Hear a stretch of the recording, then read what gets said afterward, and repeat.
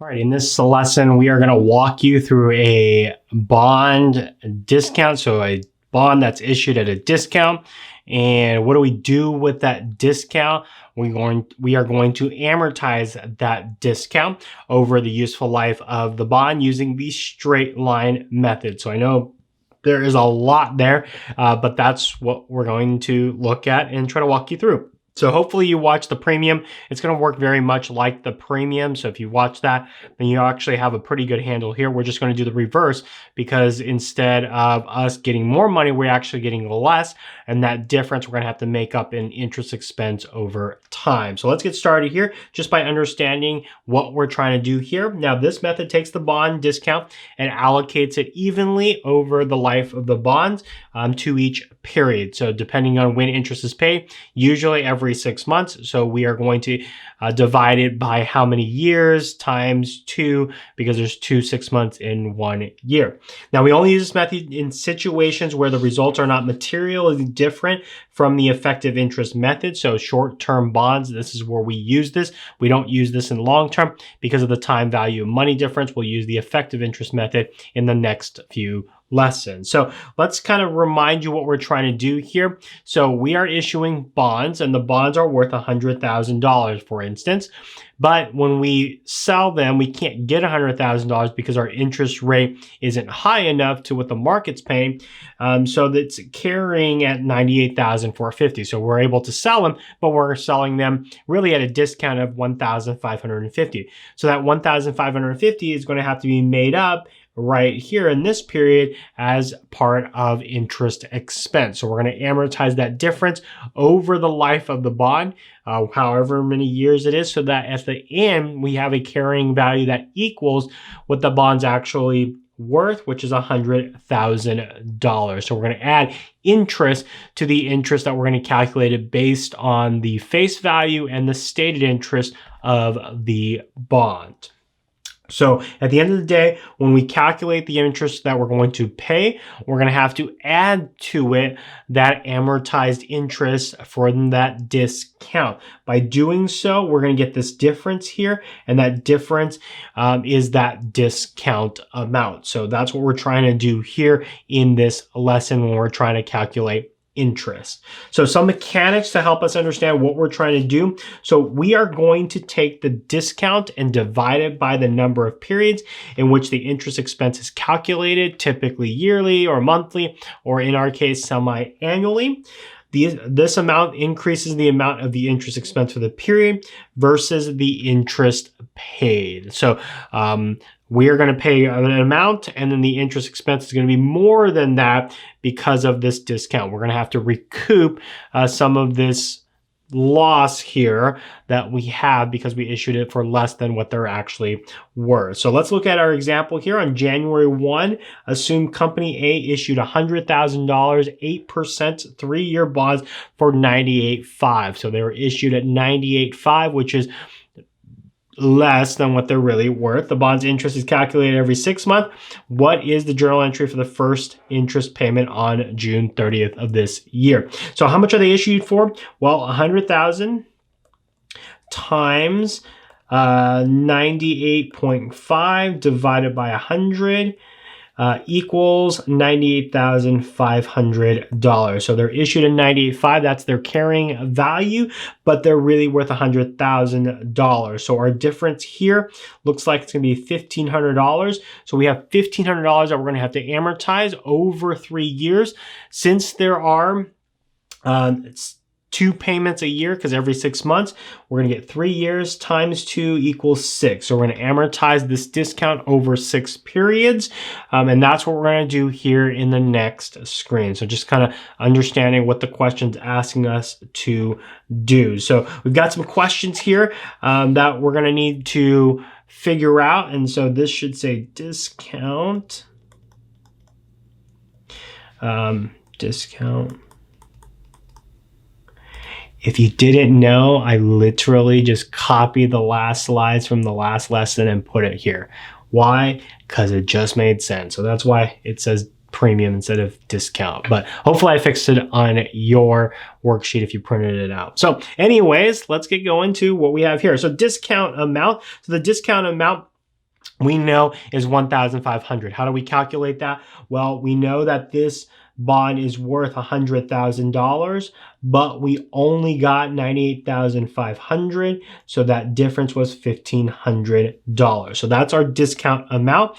Now we need to amortize it. We're going to amortize it using the straight line method. So we're going to take $1,500 and we're going to divide it by how many periods we expect to pay. In this case, we're going to pay 6 periods.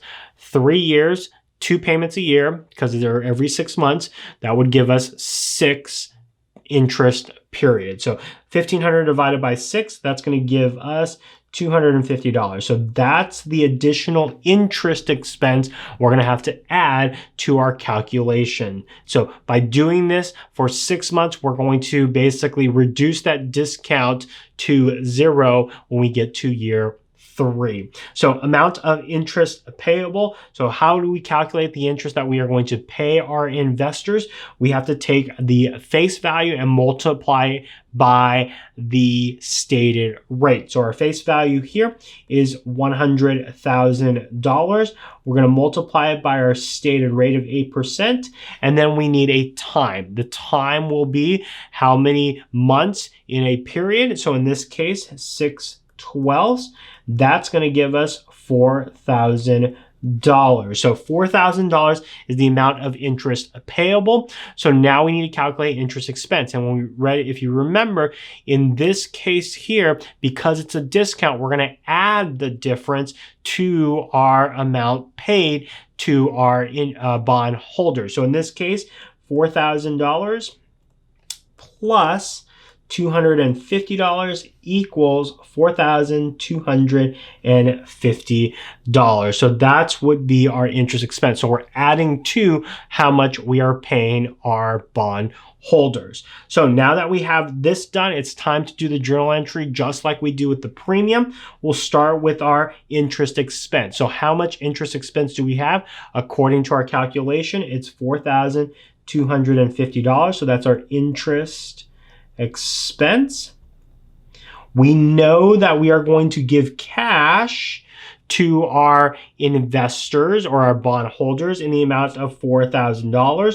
So I'm going to credit cash for $4,000, and it can be actually interest payable if you haven't paid it. So again, depending on what you're trying to do, it is either cash or interest payable. You got to read the problem to kind of see what it says. This one doesn't really say it, so we're just going to use cash.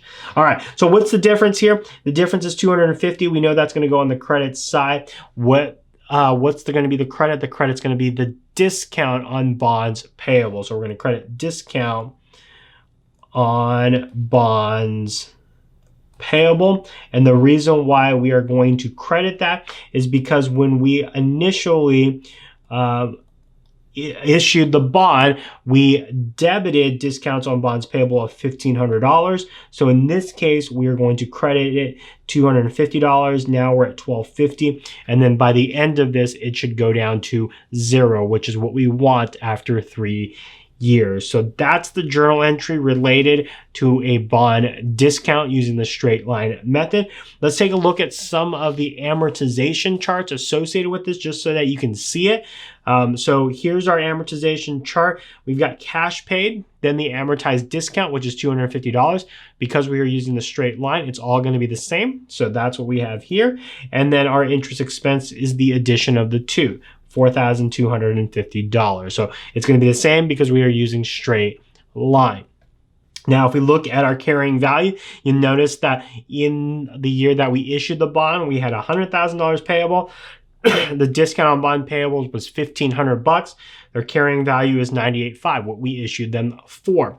Then every single year, we're going to incur that $250 interest expense. So we're just going to add that to our carrying value until we get to $100,000 in year 3 on that 6th payment. Now we're ready to pay the principal back to our bond holders. So again, as you can see, this amortization schedule kind of gets bigger over time. Okay. So that is a look at the straight line method of bond amortization for a bond discount. Again, it works just like a premium. The only difference is instead of subtracting from the interest paid to get interest expense, we are adding it on a straight line basis. Now, just to prepare you, in the next couple of lessons, we're going to be using the effective interest method. It's a little bit more complicated because we are not going to use an even amount. So make sure you kind of follow along or be ready to follow along, especially when we get to the tables, because it makes it so much easier when you have the tables. Carrying value is going to matter in the next few lessons. So you need to know how to calculate carrying value. The way that we do that is dependent on if it's a premium or discount, but you're going to need to know that in the next few lessons. So I hope you enjoyed this lesson, and we'll see you in the next video.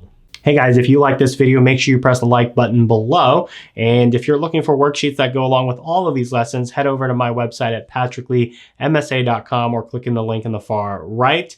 And I've got your next lesson right over here. So just click that link and I'll take you to that video. So until then, we'll see you in the next lesson.